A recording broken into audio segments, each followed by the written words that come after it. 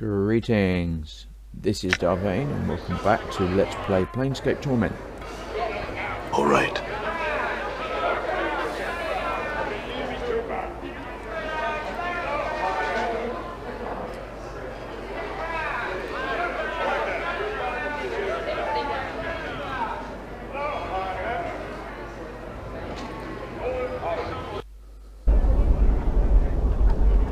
Alright.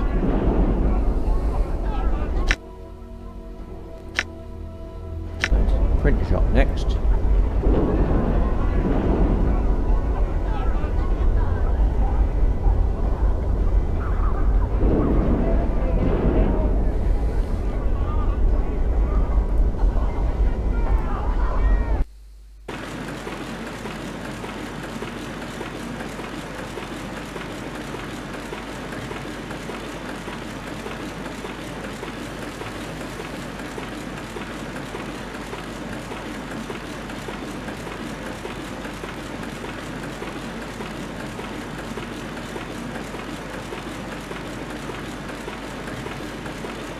I see a thin-stooped man hunched over a desk, scribbling on a piece of paper. His hair is thin and drab and drawn back into a ponytail, and thin spectacles adorn his hooked nose. His age could be anywhere from his early 20s to his late 40s. He doesn't look up as he speaks to you. What is it you want? Make it quick.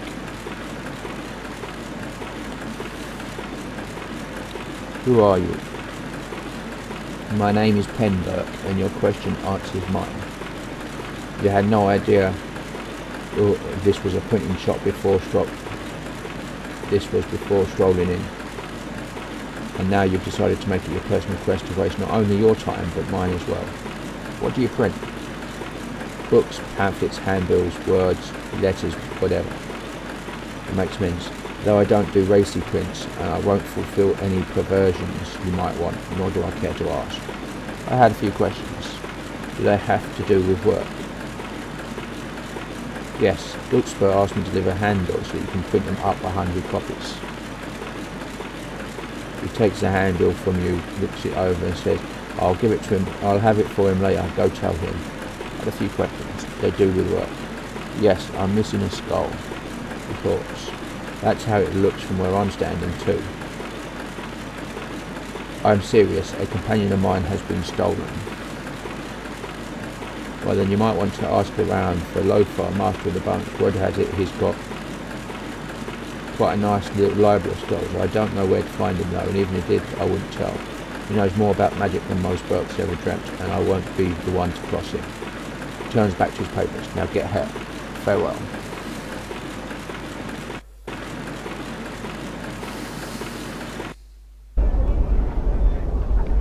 I'm gone.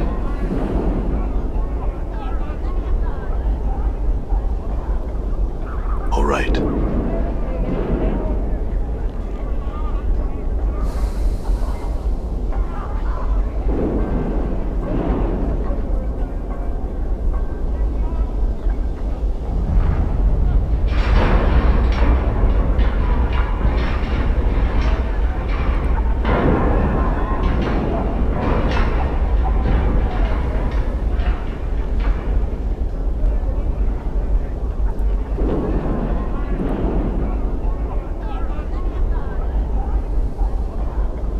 Once again, you come to me once again. There must be something I can do for you that my brother Darren cannot.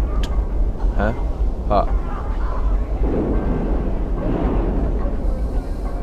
That handbill is printed. It's printed, terrific. I knew you were the man for the job. Here, take this message to Kelder of Durian at the Foundry. I'm sure he'll be glad to receive it, and you'll be glad of the 100 coins you get in return. Alright, thanks. Thanks, I guess. Farewell. Updated my journal. Okay. Let's have a look. What have we got?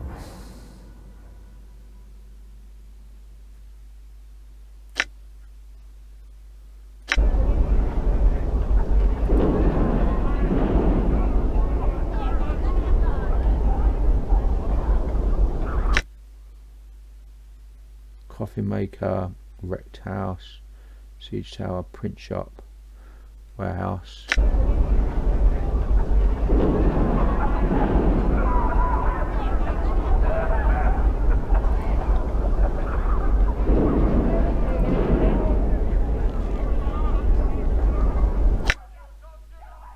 Pawn shop. Okay. All right.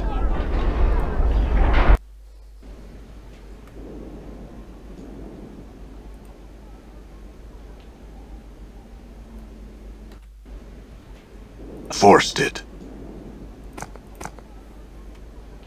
I'm gone.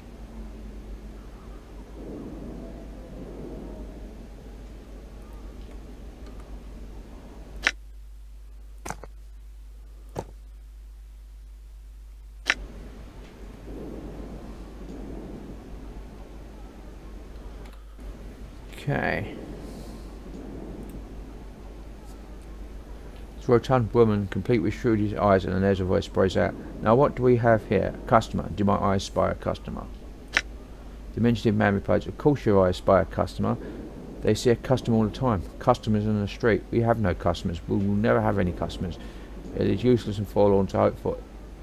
He pauses as his eyes alight on you. Micah, we have a customer. That's what I've been saying to you. She lowers her voice and turns to you. What can we do for you? Let's talk about trades. See what we got.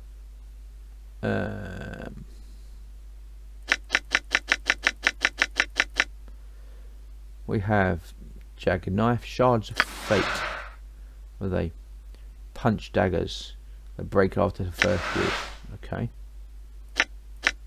Cockroach charm, rat charm, weeping flask, charm of recall, crimson sphere earring, charcoal charm, some earrings, all sorts of stuff, and some cheers. Okay. What's next? Hamris's shop.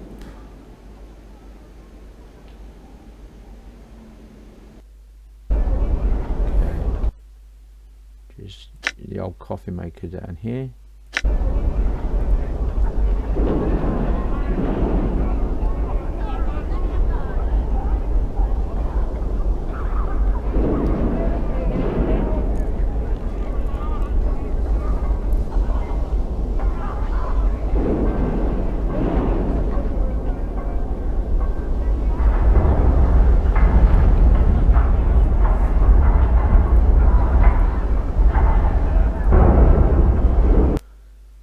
Okay.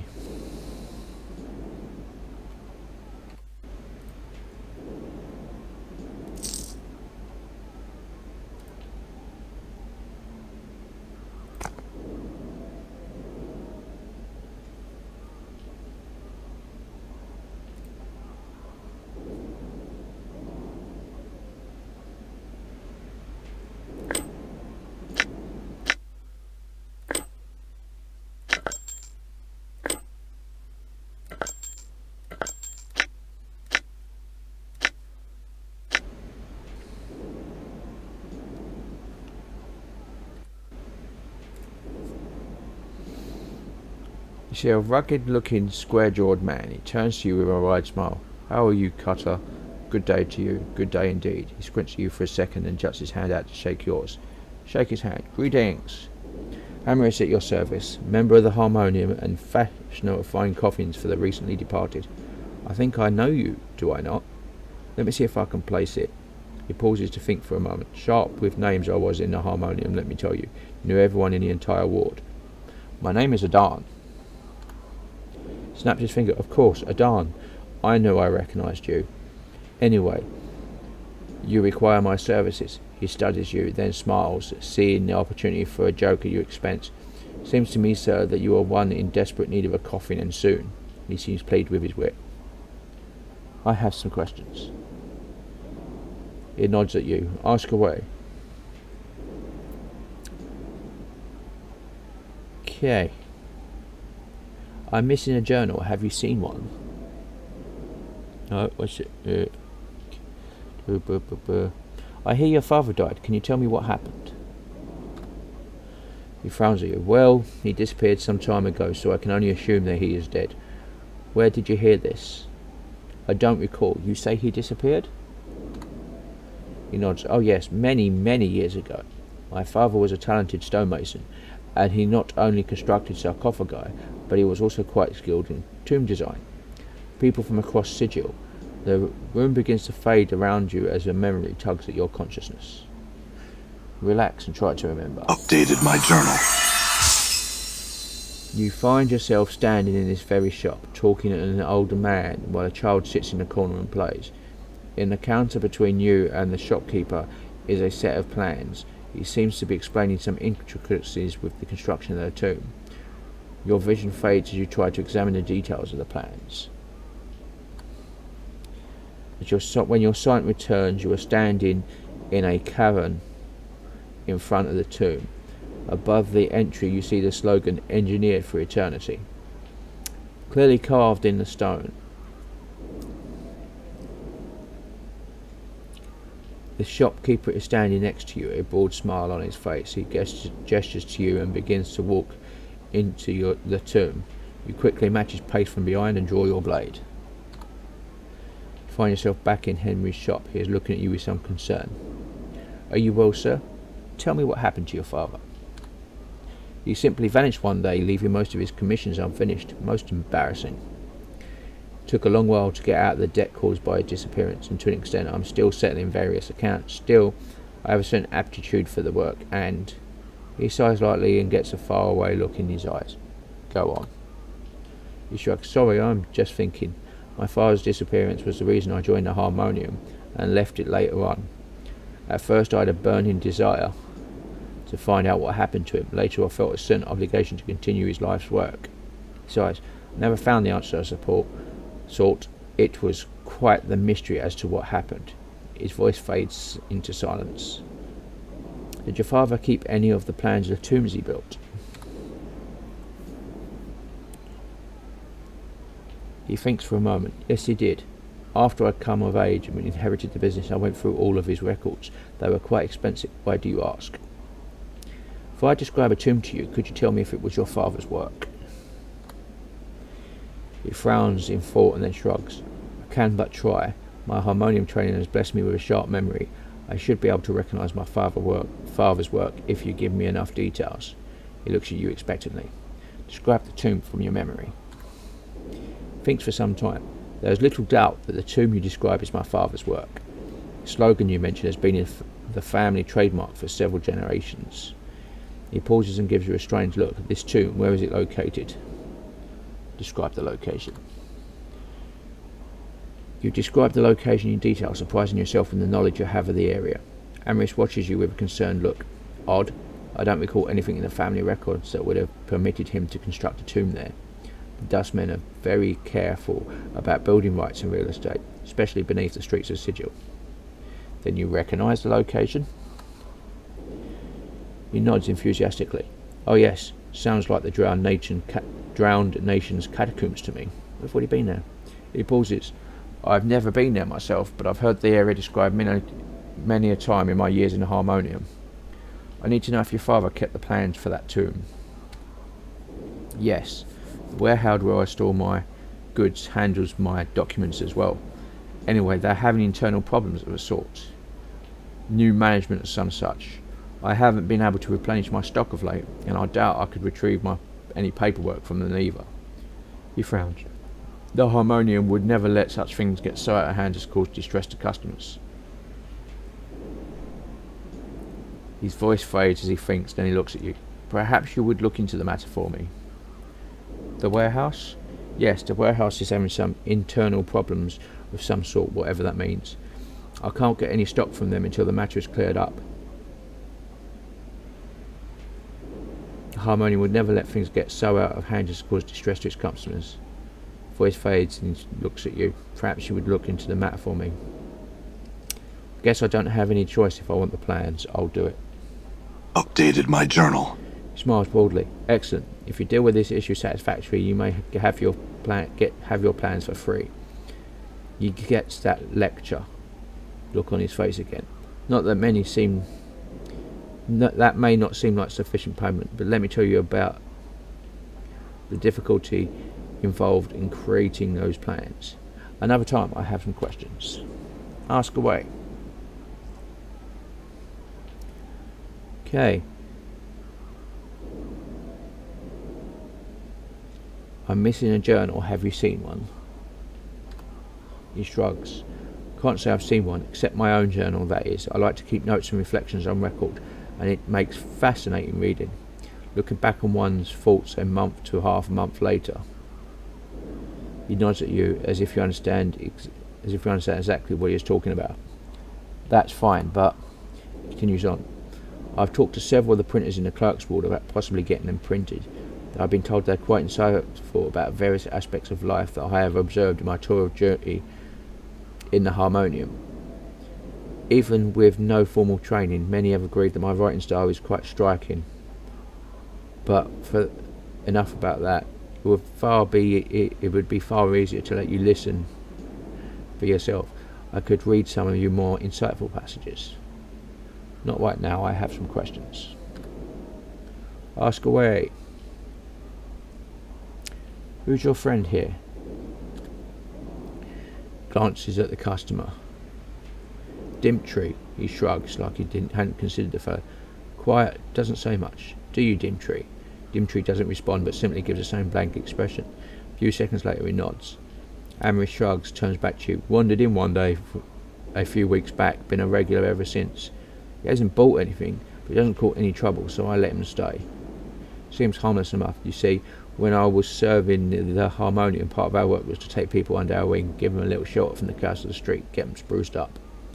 I see. I have some questions. I'm looking for someone named Lothar, the Master of Bones. Frowns deeply in thought. Can't say I've ever heard that fellow. Master of Bones, you said. Catchy title, that. In a way, I guess you could say that's my title as well, dealing with corpses as much as I do. Now, I know that most of them are covered in flesh, but there's still been plenty of times when I've had to make a coffin just for the bones. There was this one fellow that had his bones picked clean by something, never did find out what. I must be going now. Farewell. Okay. Speak to Dimtree. See a tall, slender man with glassy-eyed expression. He seems engrossed in some tale that the storekeeper is relating. Occasionally he nods his head but makes no comments of his own. Greetings. The man turns slightly at your greeting, just enough to acknowledge your presence. You notice that there's a little pale of complexion and rather gaunt looking. He has given you a blank stare. The shopkeeper does not seem to notice any of this and continues with the stream of useless prattle. Are you all right? The man continues to stare at you and slowly nods. You wait for further response, but he says nothing, only stares. You're about to turn away in frustration when you think you notice a strange musty odour about the man. Step closer and sniff. You lean in and sniff at the man, unsure what you'll find. As you do, musty odour fills your senses, an odour you recognise from your time in the Mortuary. It's the smell of dead flesh preserved by magic. You're a zombie, aren't you? The creature continues to stare at you blankly. Slowly, as if with great effort, he begins to reply to you. Only your speak with dead power makes him understandable. Yes, I am Dimtree. Why are you here, Dimtree? Dimtree slowly glances at the shopkeeper and makes a feeble gesture towards him. Seeing this as a sign of interest, the shopkeeper redoubles efforts in telling whatever tale is relating to the poor creature. Dimtree looks at you again. Hamris, he talks. Hamris never stops. Wanders town, annoys master, annoys everyone. Master create Dimtree, tell Dimtree, talk Hamris, now Hamris stay in shop, master happy, town happy, Dimtree sad. Is there anything I can do to help you, Dimtree? The creature pauses, then resumes his slow speech with you. You can almost detect a pleading tone in his voice. Yes, fine master. Sebastian, ask him release me, please. He turns his attention to Hamris more tenderly. Please. Why don't I just put you out of your misery? Dimtree barely shakes his head at you. No, Master revived. Must ask Master Sebastian. Please. You wait your answer. Sure, Dimtree, I'll see what I can do for you. Updated my journal. You can almost sense a feeling of relief emanating from the zombie. Dimtree, thank you, friend. Farewell, Dimtree. Okay. So. I'm gone. I'm gone.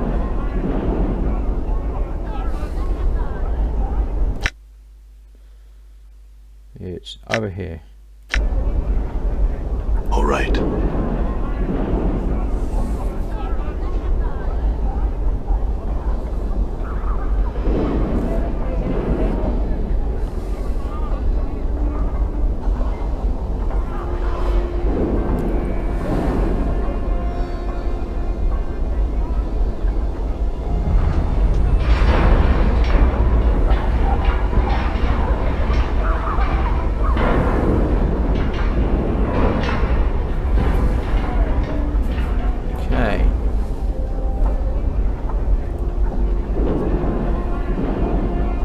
Good day, Cat. How may I help you? Actually, I wanted to talk to you about Dimtree.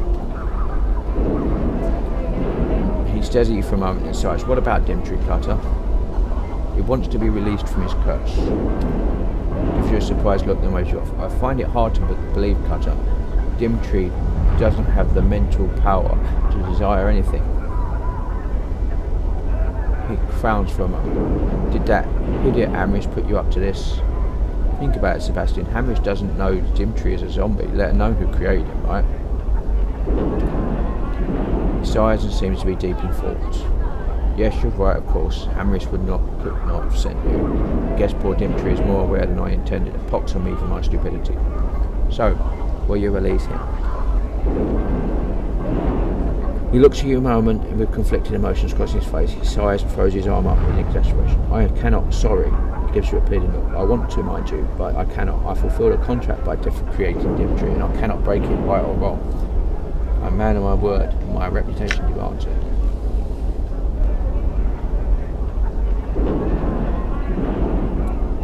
I understand your dilemma, and I agree with you. Could I release him instead? That would be difficult. He turns and begins to look through a nearby box. For a moment he removes a book which he sets down in front of you. First, you'd have to have some magical aptitude. Second, you'd have to be able to speak the words you find on page 23 of this book. Go on. Last, you'd have to touch Dimtree just as you were to feel the power of the words culminate within you.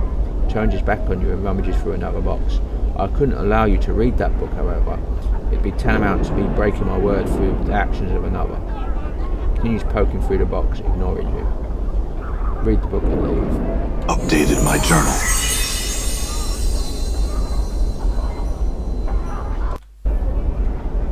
We can do that.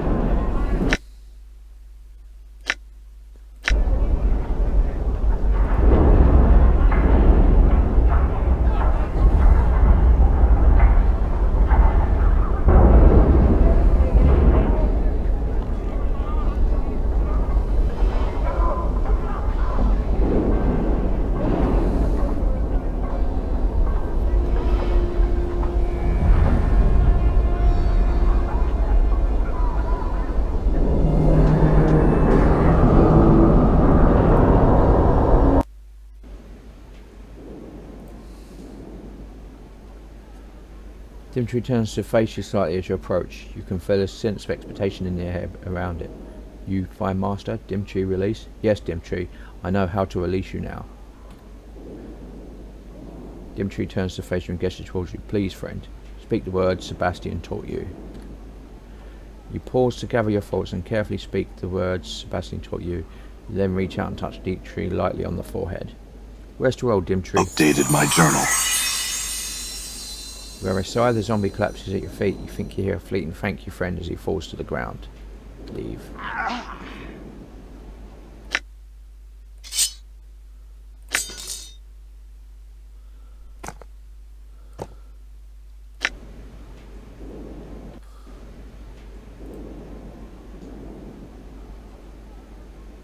Done.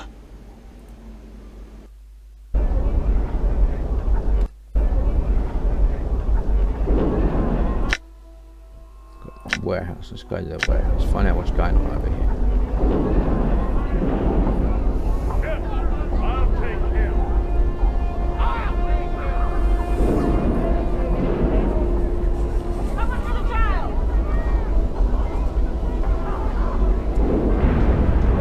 150 for the redhead.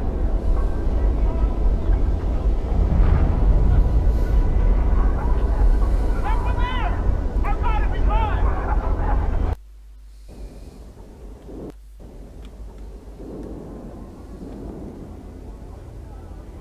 Done.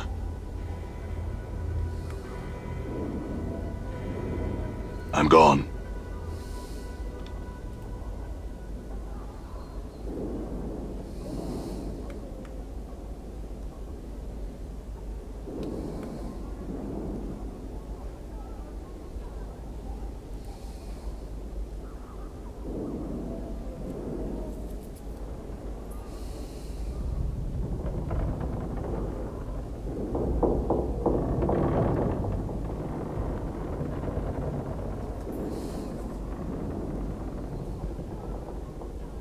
You see a thin, skulking man, his long, nimble fingers quiver slightly and he has trouble meeting eyes when he talks to you.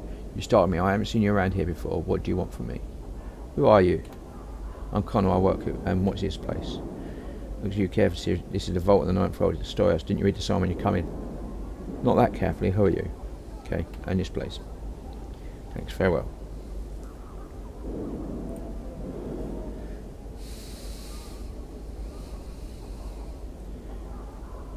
You see a middle-aged woman, her face care-lined and compassionate. She looks like she's led a hard life. Can I help you with anything, stranger? Who are you?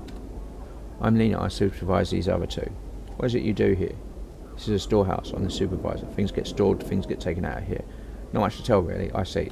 Thanks.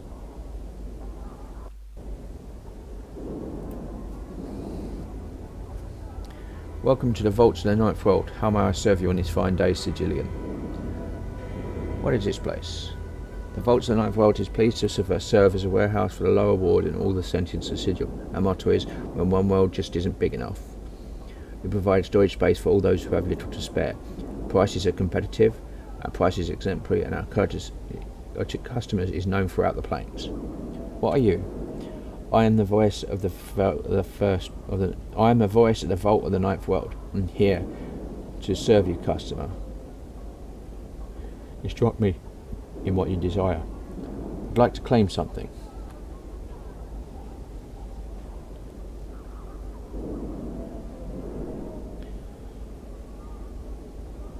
I was looking for a large bag of coins. We have a bag of coins like the one you described, sir. I'll just need to find out one thing from you. How much was in it? Somehow this guess feels right. 1,123 coins. Here we go, sir. Thank you for storing your goods with the vault of the ninth world. Can I get you anything else? Answer some more questions for me. I'd like to claim something.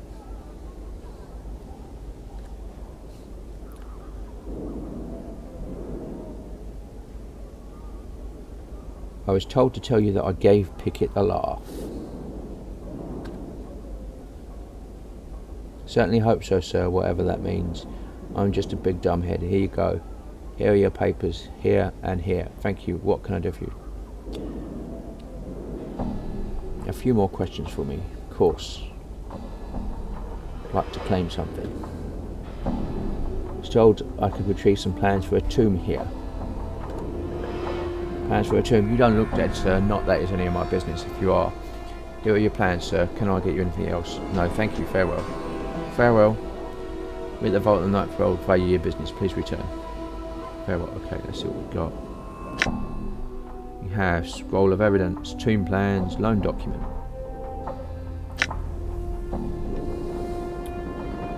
Done.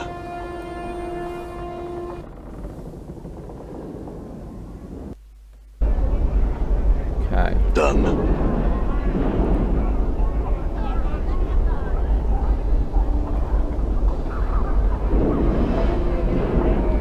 See Darren the auctioneer, smiles at your approach. Well, met again.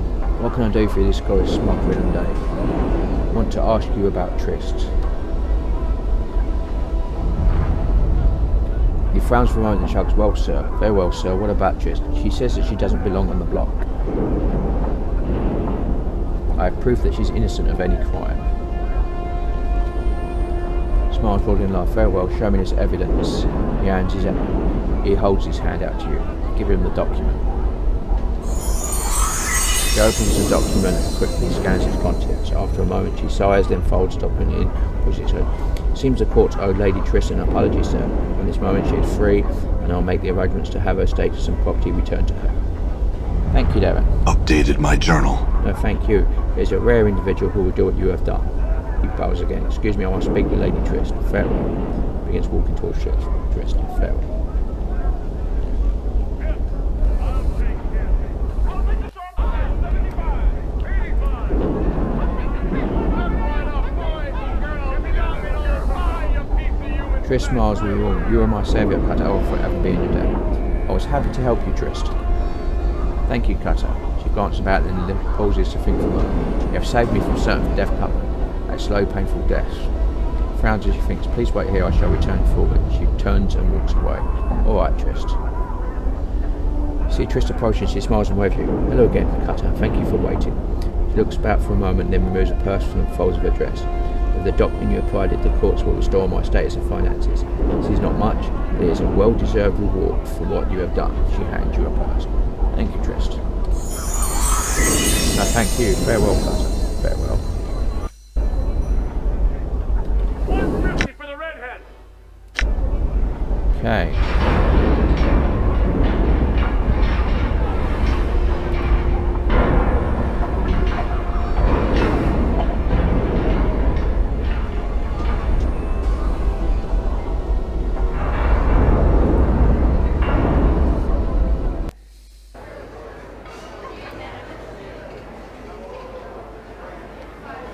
Corvus, the Harmonian Guard.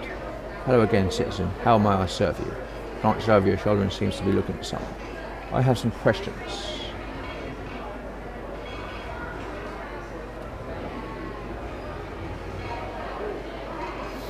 Do you know someone named Byron Pickett? I have evidence that proves he is involved in criminal hacks here in Sigil.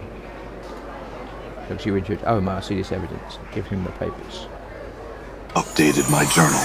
He examines the papers thoroughly and then folds them and puts them away. He nods and smiles. Excellent work, citizen. These documents are quite detailed in their content. I personally will see to it that Byron Pickett is taken before the courts. He salutes you, then turns to leave. I will return shortly. Alright.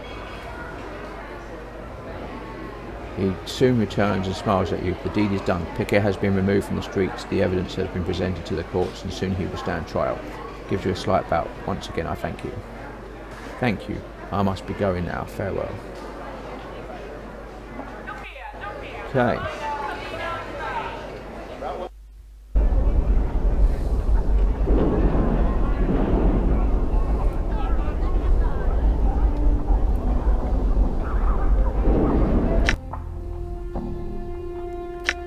Siege Tower. Okay. You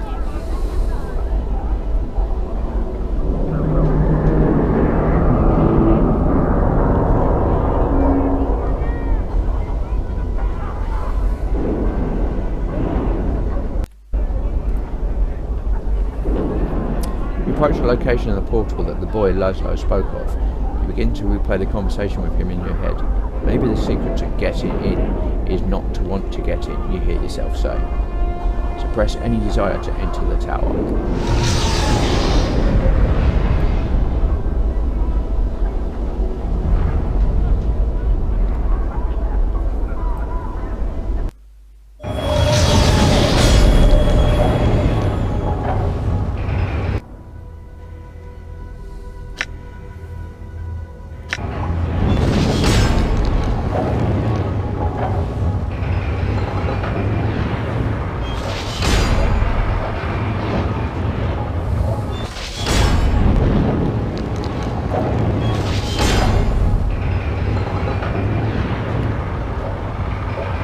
An iron creature, its size is staggering, as if it stood full height. If it stood full height, it would shatter the roof of the siege tower. Thundering echoes rattle in the walkway as the set creature hammers away on its forge, and the smells of soot and ash fills the air. Greetings. Updated my journal. There is a screaming of metal on metal as the giant turns to face you. You suddenly realise the golem is built into the siege tower itself. Girders, pipes and huge braces run through its lower torso and onto the walls, and the bottom portion of its body makes up the forge itself. What are you? I am iron given purpose. What purpose? I forge the implements by which the multiverse will be unmade. You mean forging weapons? That's your purpose? Metal is like fresh. Both carry potential in their veins. When tempered with heat and pressure, the potential surfaces. My purpose is to bring forth this potential, allow it expression. Who do you make these weapons for? I forge them for the sake of entropy. They are pain-seeking expression. Or does entropy need weapons for? Beyond this tower, order rallies its legions, and the multiverse heals its wounds. In time, strength may equal entropy. The multiverse is your enemy. Why? Updated my journal. The multiverse breeds, it grows, it stagnates, and it forges its chains around the planes link by link. In time, even entropy may be changed. And you're opposed to changing entropy? When a thing seals itself against its own destruction, it merely dies a different death. So you're saying immortality is just a different kind of death. Immortality is only a word, all that exists and can die. You're saying you could forge a weapon to kill an immortal.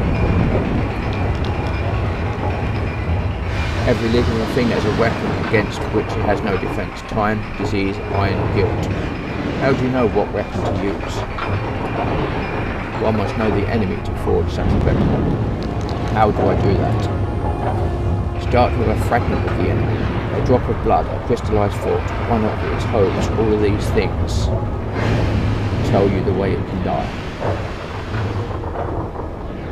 What if your enemy strikes from a distance from shadows and never shows himself? Then that is the fragment of the enemy you must use. How? The actions of your enemy have told you much. Your enemy does not wish to engage with you directly. That is a weakness. Or for some reason it cannot engage with you. That is an equal possibility. Even possibility reveals weakness. How do I exploit that? The actions of your enemy have told you that it does not wish to engage you directly. That is a weakness. How do you exploit Updated that? my journal. If the enemy does not wish to confront you directly, deny its wish, take the battle to the enemy. And if the reason it can't attack me directly because it has no choice. Updated my journal.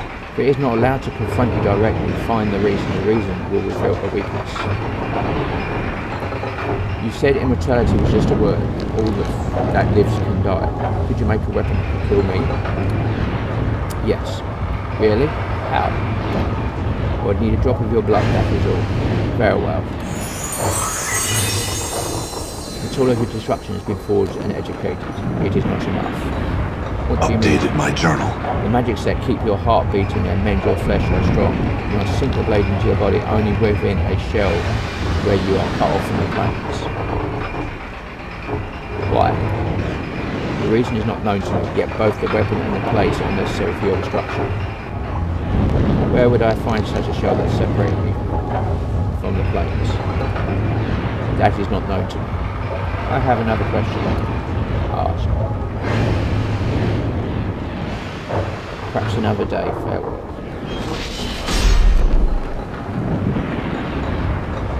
Forgot we have Blade of the Immortal.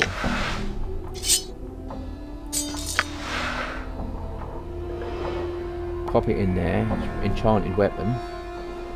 This strange blade is that the Iron Forge using a drop of your blood. It's an ugly looking weapon, shaped so it resembles one of the symbols on your left arm, which is the symbol of Torment. Black veins worm their way across the surface of the metal, and the edge looks so dull that it couldn't even cut warm butter. It pulses slightly as you hold it, like a heart.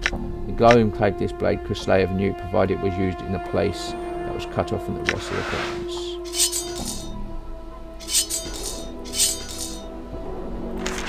Okay, so we've got tomb plans.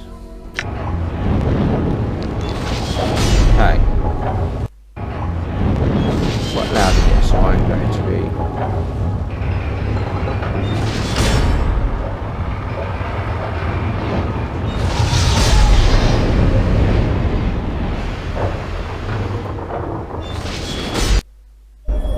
Okay.